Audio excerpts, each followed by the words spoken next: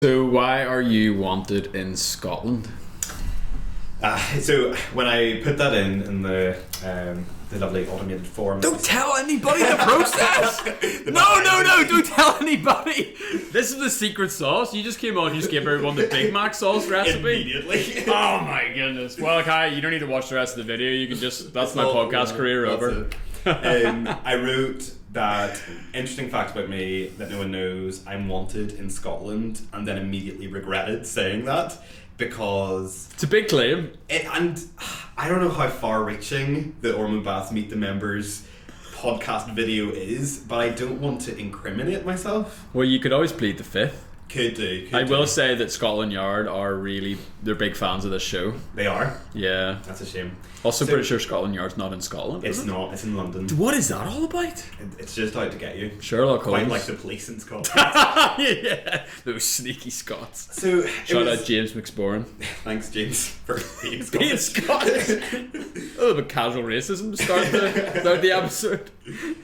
So it all happened. So I have actually, for being such a good person, I've had a colourful history with the law on various occasions. And the worst was in Scotland, where in one of my previous roles I was leading the marketing team for Bob Berts. We just launched the brand in Scotland. I was doing a lot of driving back and forth, driving all around Scotland. So one time I was trying to get the boat. Right. And went faster than I should have. And just like 5 miles faster though. Sure. Yeah. Sure. We've all done it. Yeah. It's, perfectly safe on the cusp of legality. Yeah. It was nothing like a multiple of the driving speed, but that's okay. Unfortunately, the police did not see it that way.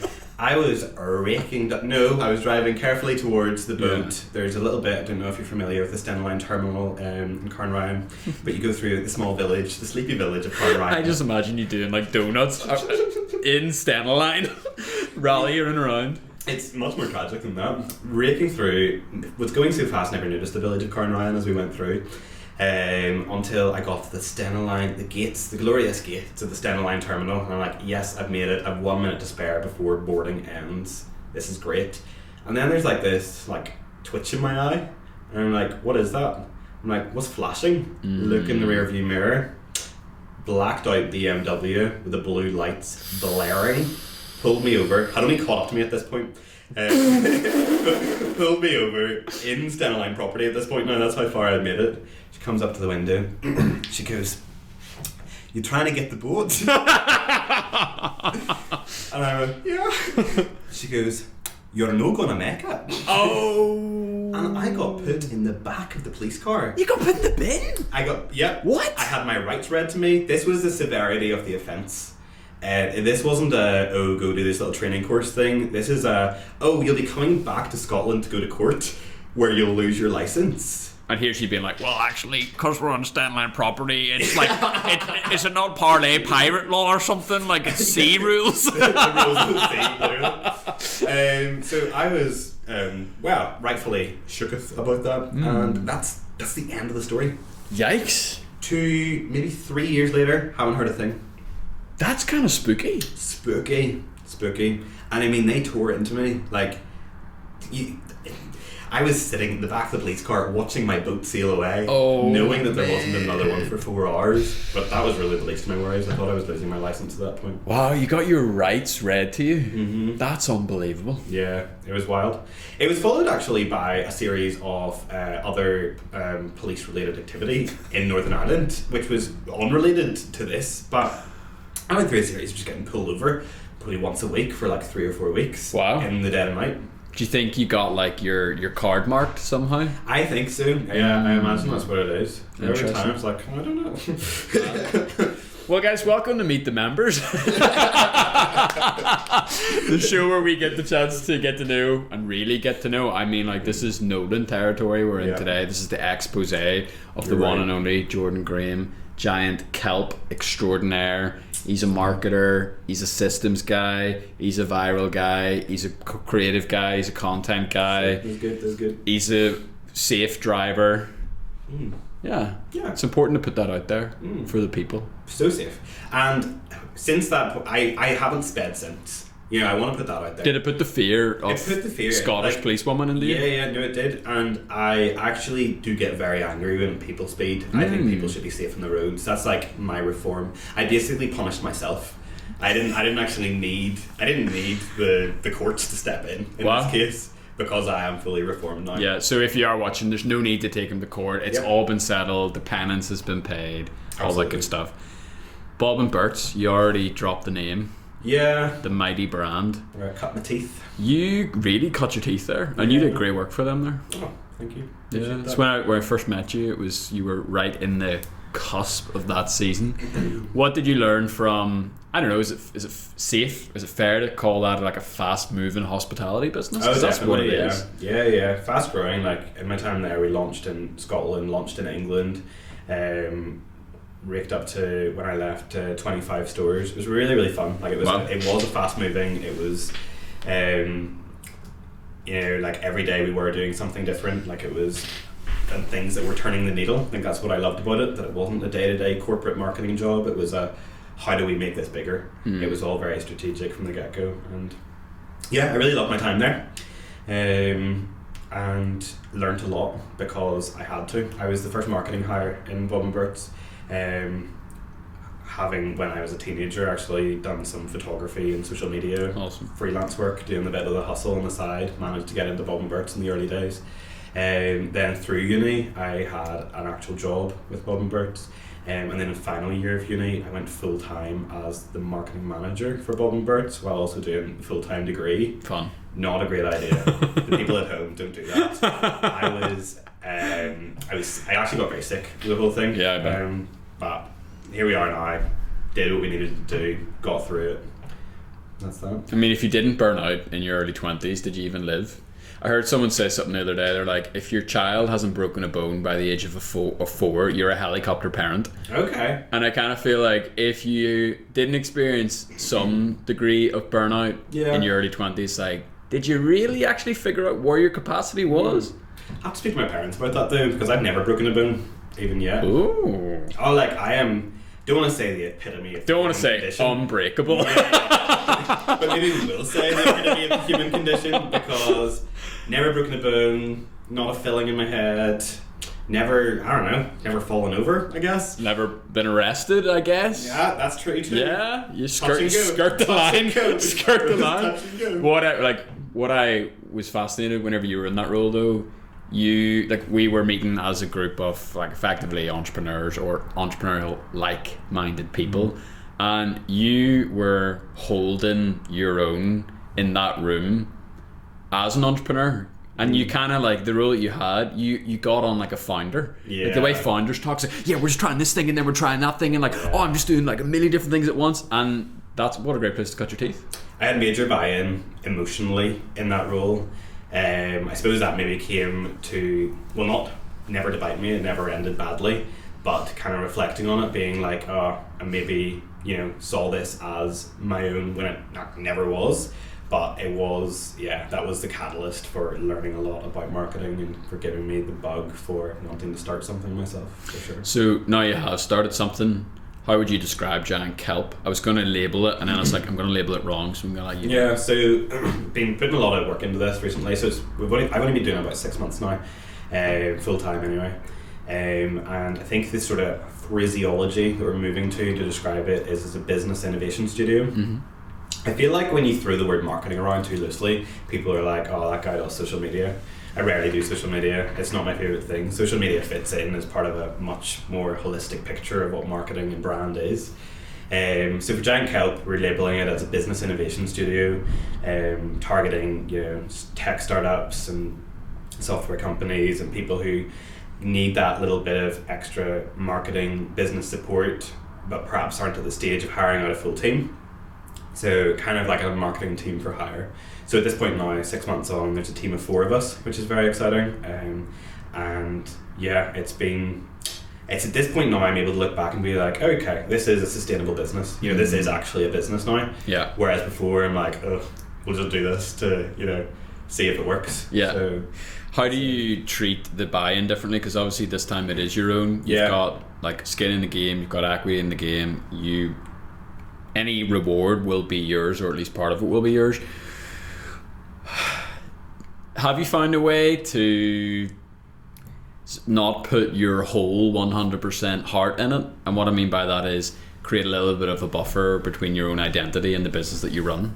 Yeah, I don't know. It's not actually something that I've seen as a problem yet. I think I have a very healthy work-life balance, and I don't think it has been an issue yet. It is. You're always sort of thinking about things in the back of your mind, but I have got a lot better. I used to be terrible at this, but a lot better definitely in the last few months at being able to turn off from work and taking up hobbies. Trying to teach myself to read. I can read, but I just can't sit down and read a book. So that's one of my things this year. I'm going to be a reader. So it's not something that I've had too much of a problem with just yet. And I think as well it's because of the sort of overall mindset of what it is. Like, I'm not in this for a cash grab. You know, I'm trying to create something that is a sustainable business that, you know, grows and can support other people, develop a great culture in the business.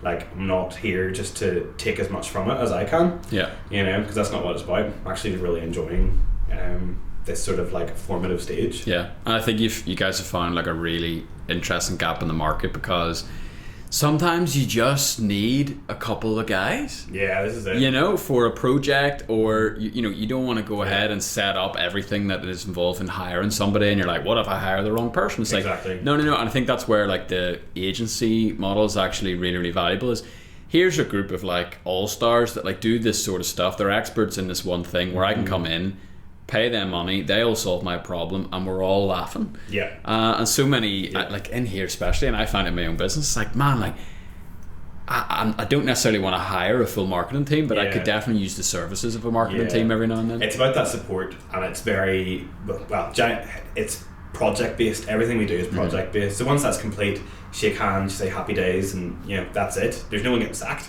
If the projects come to a natural end, and that's great, and you move on. But that actually created a bit of a problem in the model as well, which has been the sort of area of recent development. So from my background, it's hospitality based, and actually both of the jobs that I've had are food marketing roles. So especially with the Bob Berts one, it was quite public as a role. Like, lots of people in the industry knew who I was because I was doing that. So a lot of people have been coming from the hospitality industry, wanting to grow restaurant chains, wanting to grow brands in the food space, which doesn't necessarily fit with what Giant Kelp is as a project-based, you know, tech startup support business innovation studio. But took them on anyway, because you're in the early days and you take everything that's going. Yeah, of course. And I find I've really enjoyed that, and it's a lot lower value work in terms of the actual finance available, but it's constant, because the big wheels of hospitality turn 24/7, whereas the tech startup stuff is great. Quite often they've got funding behind them, they're able to put money into something they know they need, but it could dry up. Here today and gone tomorrow. Yeah, this is it. Where like we saw it in December there, where all the sort of hospitality clients that I've been, you know, taking on, you know, still churning on, but no one in the tech space was wanting to start projects until the new year. Yeah. So if we didn't have that, that would have been a really bad time for cash flow for the business. Yeah. So it's the kind of thing we're looking at now, especially now that we're growing out the team. There's 4 of us now, be able to actually operate in 2 spaces and kind of grow out 2 businesses. So Giant Kelp is the business innovation studio focusing on that business growth story. Giant Kelp is the fastest growing living thing. That's where that comes from.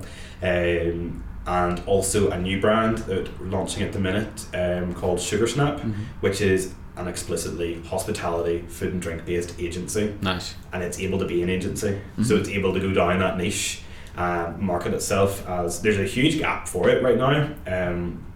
People aren't going niche enough in that area for what is actually quite a bespoke service that they need. And what's nice is we've been able to have transferable things between the two, that sort of tech side and hospitality side. You know, using our being able to do like Apple Wallet passes and all that sort of stuff. It's this very special service that not many people can do, but we can bring that over from the dev side. You know, so yeah, it's cool, and it's what you know as well. Yeah, you know, you kind of you came up through it as such. I loved what you said earlier when you said most people think marketing social media. and it's not. No. Like marketing is marketing, and I love, like, I'm a big Seth Godin fanboy. Of course, this is marketing. Yeah, I love This Is Marketing, and he talks about, like, the difference between strategy and tactics. Yeah. And so, like, in his multiverse, like, strategy is your marketing and tactics are your tools, and social media is just a little one of the tiny tools in your tool belt. One of many. Yeah. But people have an overemphasis on it because it's perceived as free. It's not actually free. There's a lot of time resource, and quite often ad spend goes into it.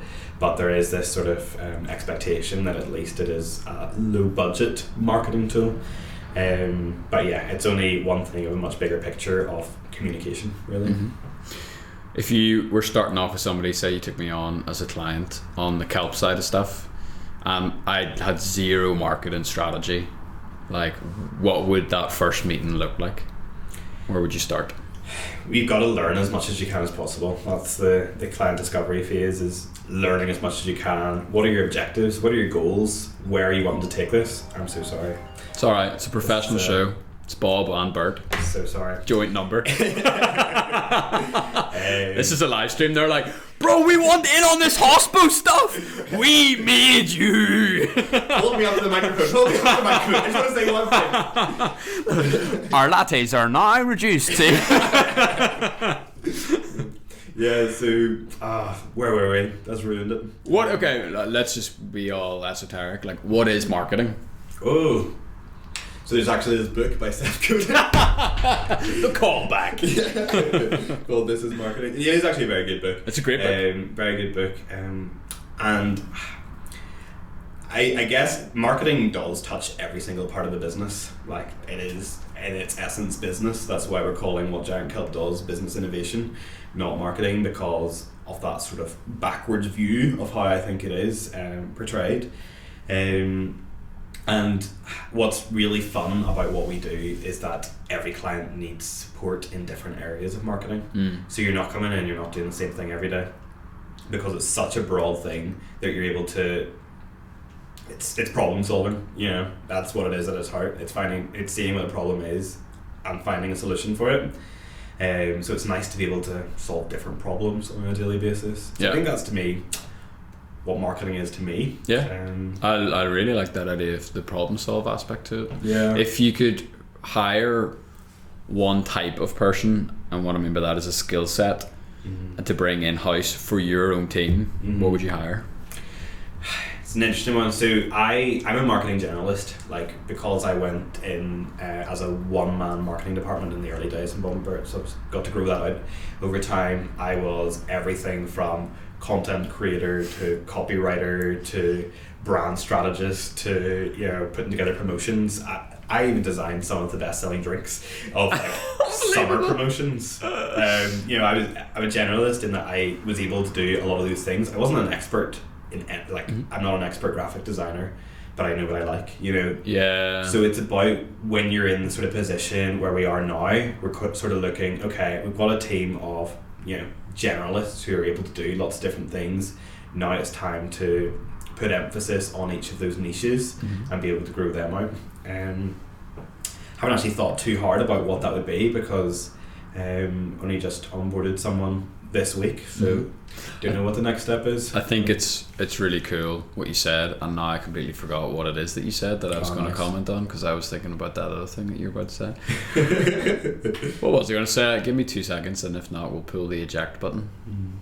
We'll high speed scrub this wee bit. Nah, you gotta leave it in. Okay. You gotta be authentic. I remember how often, like, that never happens. Nice. Usually it's like, oh, sorry, like, now we have to move on. Before I actually forget again, the nice thing about you coming up through Bob and Berts and being a generalist is that it gave you that taste. You said you know what you like, and I love that, because I think, particularly in an agency environment, you need that creative lead, like you need that creative director type role who can be like, I'm not designing the stuff, I'm not actually maybe doing the work, but you can bring the work to me and be like, nope, yes, more of this, absolutely, definitely not that. And I think that taste is actually, it's a very, very rare skill set, and it's a very valuable skill set in the marketplace to have. I'll take your word for it.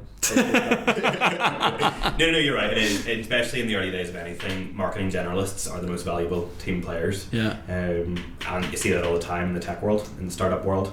They need to get one really good generalist in. He'll be able to cover a lot of ground when there isn't a lot of resource. So it comes down to that. Sweet. Why do you like Ormo Baths? I couldn't work from home even if I was forced to. Like, I have a compartmentalized brain. I think home is the rest place, and I just wouldn't get anything done. I'd be like, yeah, there's my bed. That's for sleeping in. And I would really struggle with that. Whereas here we can be a lot more focused and work intentionally as part of a community. I think it all comes back to the community. Like, I love coming in here, chatting to people, having that routine, being able to nip next door to get coffee with someone that I haven't seen for a couple of weeks.